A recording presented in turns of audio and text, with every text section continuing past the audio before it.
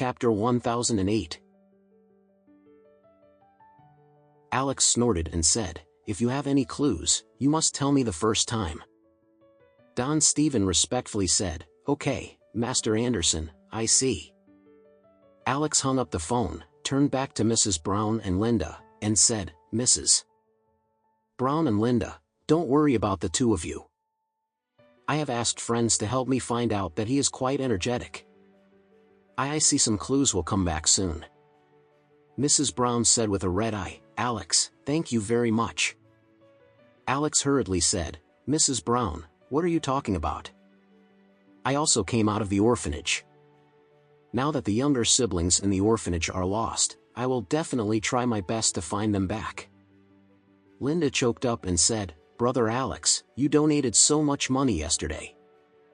On the way back, Mrs. Brown also said that we are going to add a set of monitoring equipment to the entire orphanage. I didn't expect it to be today. Having said that, Linda couldn't help it all at once, and started crying again. Alex knows Mrs. Brown and Linda very well. Most of the people working in the orphanage are very kind, and they take care of these children without parents as their own children, and regard themselves as the parents of these orphans. Now the welfare home has lost 10 children at once, which is naturally a huge blow to them. Alex was about to speak to comfort them when Don Stephen called. He hurriedly connected. I heard Don Stephen say on the other end of the phone, "Master Anderson, I have already asked someone to find out. Mendez temporarily found a friend on the road last night and borrowed a deck of Iveco. Come out, there will be no fall in the early morning." Borrowed an Iveco? Alex raised his eyebrows, and said coldly, "The kid who stole the kid also drove an Iveco. I guess this guy and his family did it." Don Stephen immediately said, "Master Anderson, or provide this kid's phone number to the police now and let the police locate and arrest people based on his phone number."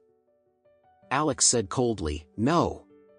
This kind of scum who specializes in poisoning children is too cheap for them to go to jail. I want them to die." Don Stephen suddenly shuddered and blurted out, "Master, if there is any need, Don Stephen will make him die." Alex asked, "Can you locate that kid based on his phone number?" Don Stephen said, "No problem, I have someone on Verizon, and can investigate his real-time location information." Alex said, "Okay. Now you help me figure out the position." Don Stephen said immediately, "Master Anderson, give me 5 minutes." "It is good." Alex hung up the phone, immediately called Adam Smith, and asked, "How many helicopters can Oris Hill currently mobilize? How many people can each be carried?" Adam Smith said, "Master, Orem Grand has 2 heavy helicopters, each of which can take 12 people.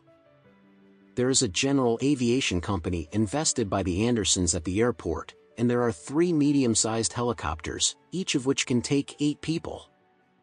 Alex snorted and said, "Get all the helicopters ready and bring your best manpower. Besides, you can let one of the helicopters pick me up near the Oris Hill Welfare Institute now." Adam Smith hurriedly asked, "Master, what are you going to do?" Alex said coldly, "I want to walk for the sky."